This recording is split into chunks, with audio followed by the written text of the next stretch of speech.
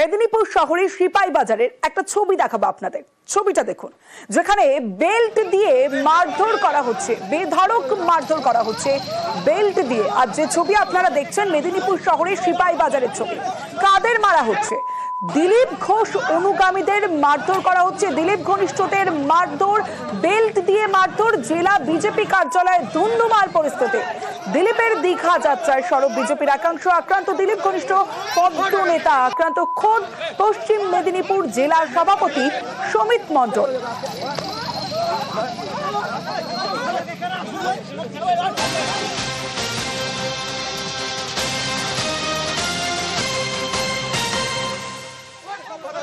যে ছবি আপনারা দেখছেন মেদিনীপুর শহরের সিপাই বাজারের ছবি, যেখানে বেল্ট দিয়ে বেধড়ক মারধর করা হচ্ছে। কাদের মারধর করা হচ্ছে? দিলীপ ঘোষ অনুগামীদের মারধর করা হচ্ছে। জেলা বিজেপি কার্যালয়ে রীতিমতো ধুন্ধুমার। আক্রান্ত দিলীপ ঘনিষ্ঠ পদ্ম নেতা, আক্রান্ত খোদ পশ্চিম মেদিনীপুর জেলা সভাপতি সমিত মণ্ডল। জেলা সভাপতি অনুগামীদের মারধর, গাড়ি ভাঙচুর।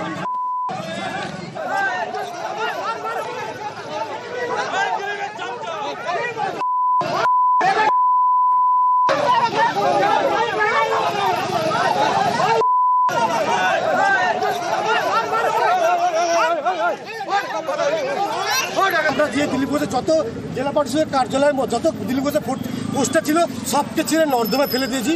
তার মধ্যে আজকে ওরা এসেছিল, কিন্তু আমাদের সামনে টিকবে না, কারণ আমাদের রক্তে ভারতীয় জনতা পার্টি বইছে। আমরা হচ্ছে বিজেপির সন্তান। ছেড়ে দেবো দিলীপ ঘোষকে? কে হরিদাস পাল? দিলীপ ঘোষ 2015 সালে এসছে। খড়গের উপনির্বাচন প্রেমচন্দ্র আগে ইচ্ছা করে টিকিট দিয়ে হারিয়েছে। দিলীপ ঘোষ এসে কি হচ্ছে? সেই সময় হাওয়া ছিল মোদি হাওয়া, হার হার মোদি গার গার মোদি। ওই হাওয়াতে দিলীপ ঘোষ বেরিয়ে গেছে। আর অনু নিজেকে কি তোপচাঁদ মনে করে? যে ছবি আপনারা দেখলেন এটা পশ্চিম মেদিনীপুরের ছবি, আর ঠিক তার পাশের জেলা পূর্ব মেদিনীপুরে। ঠিক তার কিছুক্ষণ আগে কি হলো?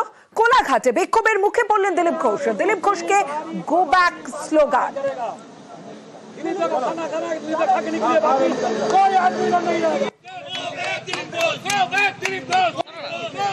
দিলীপ ঘোষকে দেখে গো ব্যাক স্লোগান। রাজ্য বিজেপির প্রাক্তন সভাপতি, রাজ্য সভাপতি, আর সেই প্রাক্তন রাজ্য সভাপতি দিলীপ ঘোষকে ঘিরে গো ব্যাক স্লোগান। যে ছবি আপনারা দেখছেন পূর্ব মেদিনীপুরের কোলাঘাটে। আর বিক্ষোভকারীদের পাল্টা ধমক দেন দিলীপ ঘোষ।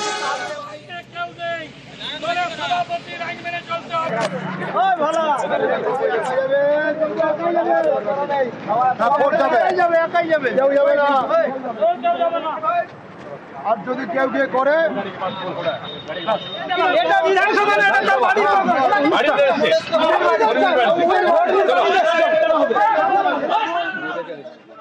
না না, কিছু লোক আছে যারা বললাম না পার্টিকে কবজা করতে এসে নতুন নতুন বিজেপি হয়েছে, তারা একটু ঝামেলা করার চেষ্টা করছে। এটা হবে না। আমরা রক্ত দিয়ে ঘাম দিয়ে পার্টি দাঁড় করিয়েছি। লক্ষ লক্ষ কর্মী বাড়িতে বসে আছে, এরাই কাজ করতে দিচ্ছে না। হঠাৎ বিজেপি যারা, তারা হঠাৎ এসছে, হঠাৎ যাবে। যুব মোর্চা নয়, ওখানে কিছু ধান্দাবাজ লোক আছে, তাদের আমি চিনি। যুব মোর্চা কিছু নয়, ওরাই দালাল আছে। আজকে পরিষ্কার হয়ে যাচ্ছে, যেহেতু আমি কার্বলিক অ্যাসিড দিয়ে দিচ্ছি গর্তে, না সব সাপ ও ব্যাং বেরিয়ে পড়েছে। আসল কথাটা বলেছে দিলীপ ঘোষ, আর দিলীপ ঘোষ বলবে একটু আঁচড়ে দিন, ভিতরে সবুজ বেরোবে, উপরে গরুয়া হলে কি হবে। কিছু আমাদের লোকেরাও একটুখানি হতাশ হয়ে গিয়ে এগুলো করছে। তারা জানে বিজেপি কত কষ্ট করে দাঁড় করা। কোথাও দিলীপ ঘোষের ঘনিষ্ঠকে বেল্ট দিয়ে মারধর, কোথাও দিলীপ ঘোষকে দেখে গো ব্যাক স্লোগান। আর এই দুটি ঘটনার যোগসূত্র খুঁজতে হলে আমাদের চোখ রাখতে হবে গতকালের দিকে। কারণ গতকাল দুপুরে দীঘায় জগন্নাথ ধাম, আর সেই জগন্নাথ ধামের উদ্বোধন করেন মুখ্যমন্ত্রী মমতা বন্দ্যোপাধ্যায়। ঠিক 3টের পরে মুখ্যমন্ত্রী মমতা বন্দ্যোপাধ্যায় উদ্বোধন করেন। যদি নজর রাখতে হয় বিকেল 5:30টায়।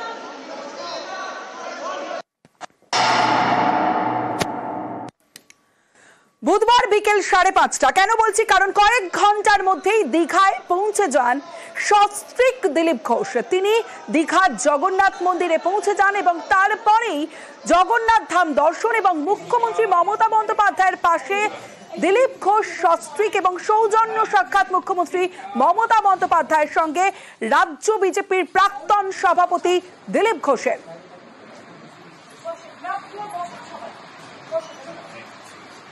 আর এরপর থেকেই রাজ্য বিজেপির অন্দরমহল সরগরম হয়। দীঘা জগন্নাথ ধামের উদ্বোধনের দিনই দিলীপ ঘোষের পৌঁছে যাওয়া মুখ্যমন্ত্রীর সঙ্গে সাক্ষাৎ নিয়ে চর্চা হয়। কারণ বিজেপি রাজ্য সভাপতি সুকান্ত মজুমদার তিনি জানিয়ে দেন যে দলের নীতি বিরুদ্ধ কাজ করেছেন প্রাক্তন রাজ্য সভাপতি দিলীপ ঘোষ। আর ঠিক আজ সকাল থেকে ছবিটা দেখাবো। আর আজ দীঘা ধামে দিলীপ গর্জন, বঙ্গ বিজেপিকে তুলোধনা দিলীপের। পদ্মনেতার নিশানায় বর্তমান নেতৃত্ব, নাম না করে দল বদলুদের নিশানা করেছেন দিলীপ ঘোষ। পদ ছাড়ার পর দল পিছোচ্ছে বলেও তোপ দিলীপের। রাজনীতি ছাড়লেও দল না ছাড়ার ঘোষণা করেছেন দিলীপ ঘোষ।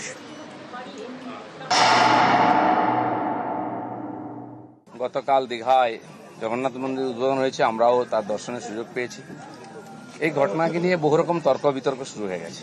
পশ্চিমবাংলায় সবকিছু তো রাজনীতি হয়েওছে, কিন্তু আমার খুব মজা লাগছে, আমার পার্টির কিছু লোক খুব কষ্ট পেয়েছে। যে পার্টির কর্মীরা কষ্ট পেয়েছেন, হতাশায় ভুগছেন, কেউ কেউ ভাবছে সুসাইড করবে কিনা, আমি বলছি বিজেপি করতে গেলে হতাশায় ভুগবেন না, চোখের জল ফেলবেন না। কারণ আমরা পার্টি দাঁড় করিয়েছি রক্ত দিয়ে আর ঘাম দিয়ে। যেন বিজেপির কর্মীরা পেছনে তাকায় না, ভয় পায় না, সন্দেহ করে না। যতদিন আমার মনের মধ্যে, আমাদের কর্মীদের মধ্যে সন্দেহ ছিল না, বিভেদ ছিল না, পার্টি এগিয়েছে। যেদিন থেকে এই ধরনের অপসংস্কৃতি ঢুকেছে তখন থেকে পার্টি পিছোচ্ছে। দিলীপ ঘোষ 42 বছর ধরে ঘরবাড়ি ছেড়ে সমাজের কাজ করছে, 10 বছর রাজনীতি করছে। দিলীপ ঘোষের দিকে আঙুল তোলার হিম্মত কারণে না পক্ষে না বিপক্ষে, যে কোনো ধরনের আমি চ্যালেঞ্জ করছি। যাদেরকে আমি নিয়ে এসে নেতা বানিয়েছি, যারা বিজেপিতে এসে করে খাচ্ছে, তাদেরই বেশি পেট ব্যথা হচ্ছে। দীঘা যাত্রায় বঙ্গ বিজেপিকে নিশানা দিলীপের। দলের একাংশকে দালাল বলে তোপ। তার নেতৃত্বে দলের হাল ভালো ছিল বলে দাবি। 21-এর পর বিজেপি জিততে ভুলে গেছে বলে খোঁচা দিলীপের। 21-এর পর থেকে বিজেপি নামছে বলে খোঁচা। কেন ভোট কমছে, কেন বিধায়করা দল ছাড়ছেন, দলের একাংশকেই প্রশ্ন দিলীপ ঘোষের। আজ যারা বড় বড় কথা বলছেন তারা হিন্দুর জন্য কতটা লড়াই করেছেন, কি ত্যাগ করেছেন। 4 পয়সার ত্যাগ নেই, বিজেপিতে কামাতে এসছেন, কামানো কমে যাচ্ছে। আমি দোকান সাজিয়ে দিয়েছিলাম 77টা এমএলএ দিয়ে, 1 ডজন এমএলএ আজকে নাই কেন? এমপি কোথায় গেল? জেলা পরিষদ সমিতি প্রধান চলে যাচ্ছে কেন? জবাব কে দেবে? 21-এর পর থেকে বিজেপির নামছে। 19 সালে বিজেপি 41% ভোট পেয়েছিল এবং আজ অনেক নেতা আমাদের পার্টিতে তার বিরুদ্ধে লড়াই করে আমরা পার্টিকে বাড়িয়েছিলাম। অনেকে প্রশ্ন করছেন 41% ভোট আর 121টা বিধানসভায় আমরা লিড নিয়েছিলাম। 5 বছর পরে 24 সালের ইলেকশনে সেই ভোট 39% নেমেছে আর 91টা বিধানসভায় আমরা লিড পেয়েছি। পার্টি এগোচ্ছে না পিছোচ্ছে? আমরা জিততে ভুলে গেছি 21 সালের পরে। প্রশ্ন করুন কি দিয়েছেন সমাজকে, কেন পার্টি নেমে গেছে? 250 লোকের প্রাণের বিনিময়ে যে পার্টি দাঁড় করিয়েছিলাম সে পার্টি কোথায় আজকে? কেন হারছি আমরা? কেন লোকে ছিচিৎকার করছে? আর এই দালালরা যেদিন থেকে পার্টিতে এসছে বিজেপির গন্ধও চলে গেছে, বিজেপির স্বাদও চলে গেছে। লোক বিজেপির ভরসা করতে পারছে না। তাই ভরসা ফিরিয়ে আনার জন্য লড়াই করুন, নাটক করবেন না। দিলীপের নিশানায় দল বদলুরা। দল বদলুদের জন্য বিজেপিতে অপসংস্কৃতি বলে তোপ দিলীপ ঘোষের। আমার বাড়ির জামাই যদি অন্য পার্টি করে, সেই মেয়ের বাড়ি আমি যাব না, এই রাজনীতি দিলীপ ঘোষ করে না, করবে না। যারা করতে চাইছে এটাকে, বিজেপিকে এই অপসংস্কৃতি আনতে চাইছে, তারা বিজেপি জানে না, তারা বিজেপি জানে না, তারা দিলীপ ঘোষকে চেনে না, এর পিছনে কত ত্যাগ তপস্যা আছে জানে না। যারা 21 সালে এসছে, 20 সালে বিজেপিতে এসছে না, তারা বিজেপি বুঝতে পারবে না। কেউ কেউ RSS দেখাচ্ছে, কেউ কেউ হিন্দুত্ব বোঝাচ্ছে। দিলীপ ঘোষকে হিন্দুত্ব বোঝাবেন না। আমার কাটলে গায়ে হিন্দুর রক্ত বেরোবে, বিজেপির রক্ত বেরোবে। বাকিদের গায়ে কি রক্ত আছে আমি জানি না, কারণ বহু জায়গায় ঘুরে এসছেন তারা। কে বড় বড় কথা কারা বলছে? যারা মমতা ব্যানার্জি আঁচলের তলায় থেকে নেতা হয়েছে। আরো বড় বড় কথা বলছে অনেকে, চরিত্রের কথা বলছে। যারা কালীঘাটের উচ্ছিষ্ট খেয়ে জীবন কাটিয়েছে, আজকে বিজেপির উচ্ছিষ্ট খেয়ে বেঁচে আছে, তারা দিলীপ ঘোষকে ক্যারেক্টার সার্টিফিকেট দিচ্ছে। যারা 4টে বিয়ে করে, 14টা গার্লফ্রেন্ড রাখে, রাত্রের জীবন একরকম, দিনের জীবন একরকম, তারা দিলীপ ঘোষকে ত্যাগী ভোগী বলছে। আহাম্মক।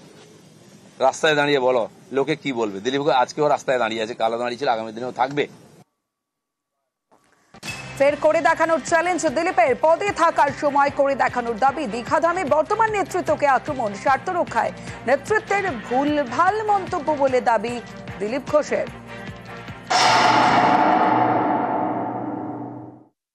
দিলীপ ঘোষকে বিজেপি শেখাচ্ছে, ডিসিপ্লিন শেখাচ্ছে, হিন্দুত্ব শেখাচ্ছে।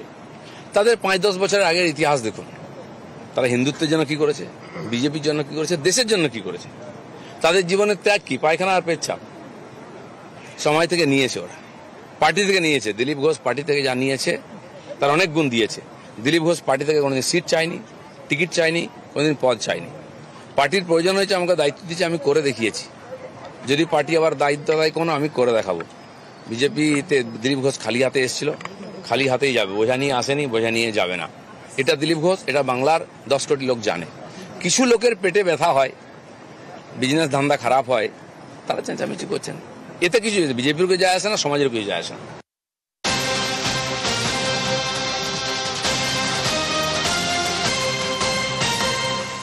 দীঘায় দিলীপ মমতার সৌজন্য বৈঠক নিয়ে অমিত শাহকে নালিশ শুভেন্দু অধিকারী, সরব জগন্নাথ চট্টোপাধ্যায়।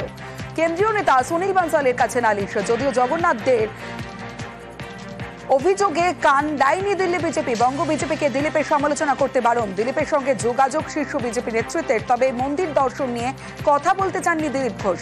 দিলীপের সঙ্গে যোগাযোগ 3 সাংসদ 5 বিধায়কের।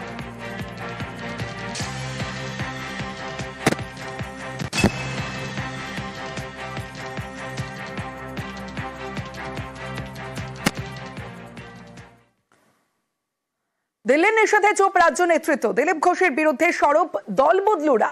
দিলীপকে আক্রমণ সৌমিত্র অর্জুন সজলের। দিলীপ ক্লোজ চ্যাপ্টার বলে নিশানা সৌমিত্র খান। তৃণমূলের সঙ্গে সেটিং এর অভিযোগ অর্জুন সিং এর। দিলীপ ঘোষকে বড় নেতা বলে কটাক্ষ সজল ঘোষের। মাথার চুল যখন পাকা হয়ে যায়, সাদা হয়ে যায়, যখন মতিভ্রম হয়, তখন আর সেই মাথার সাদা চুলটা যখন মাথা থেকে পড়ে যায়, কোনো দাম থাকে না। ঠিক দিলীপ বাবুর মতিভ্রম হয়েছে, ওটা এখন বাংলার পলিটিক্সে ক্লোজ চ্যাপ্টার, ওটা আর কোনো চ্যাপ্টারই নয়। অনেকে রাজনীতিতে সিনিয়র বয়স হলে হারিয়ে যায়, দিলীপ দাও কালের গতিতে উনি হারিয়ে যাবেন। আপনারা হাইলাইট করছেন, এটা আমরা অনেক দিন ধরে জানি। যখন উনি এমএলএ ছিলেন, আর তখন থেকে আমরা দেখতাম বিধানসভা মনস্টিজ্ঞা হয়তো বলতো, বক্তব্য রাখতো। দিলীপ বাবু সবসময় কখনো ববি হাকিম, কখনো পার্থ চ্যাটার্জির কাছে বসে গল্প করতেন। এটা বিজেপি সব কর্মীরা জানতো। আজকে কর্মীরা বহিঃপ্রকাশ করে। উনি কবে দলকে দাঁড় করালেন? দলকে মোদিজি দাঁড় করিয়েছেন, দলকে অমিত শাহ দাঁড় করেন, উনি আবার কবে দাঁড় করালেন? তো আমরা জানতাম উনি দল বিরোধী কাজ, উনি মমতা ব্যানার্জির সঙ্গে তলা আন্ডারস্ট্যান্ডিং রাখেন। নাহলে মমতা ব্যানার্জি হঠাৎ উনাকে ডাকবে কেন? এটা তো বোঝা ব্যাপার আছে। আমাদের বাড়িতে রোজ পুলিশ এ নিয়ে পৌঁছে যায়, নোটিশ নিয়ে পৌঁছে যায়, উনার বিয়ে বাড়িতে ফুল নিয়ে পৌঁছে যায়, সেটা বুঝতে পারছেন না? দিলীপদার ব্যাপারে বড় বড় নেতারা বলবে, আমাদের মতন ছোট ছোট লোকেদের হচ্ছে সবচেয়ে জ্বালা। ছোটরা দোষ করে যখন, তখন তাদের শাস্তি হয়ে যায়, আর বড়রা দোষ করে যখন, তখন আমাদের সেই বড়দেরকে ডিফেন্ড করতে হয়। এটা বড় জ্বালা। বড় নেতাদের তো রাস্তায় কেউ প্রশ্ন করে না, ওনারা চায়ের দোকানে আড্ডা মারেন না, পাড়ায় বসেন না, মানুষের সাথে কথা বলেন কম। হ্যাঁ, ওনাদের শুধু মানুষ টিভিতে দেখে। কিন্তু আমাদেরকে কি হয় না, আমাদেরকে পাবলিক ফেস করতে হয়। তারা দলকে সমৃদ্ধ করেছে, যারা দল বদল করে এসছে, সবাই ব্যবসার স্বার্থে আসেনি। আর যারা 100 বছর ধরে একটা দল করছে, তার মানে এই নয় যে তারাই সব নিঃস্বার্থভাবে করেছে। এই দুটো কথা এক নয়, দুটো কথা এক নয়।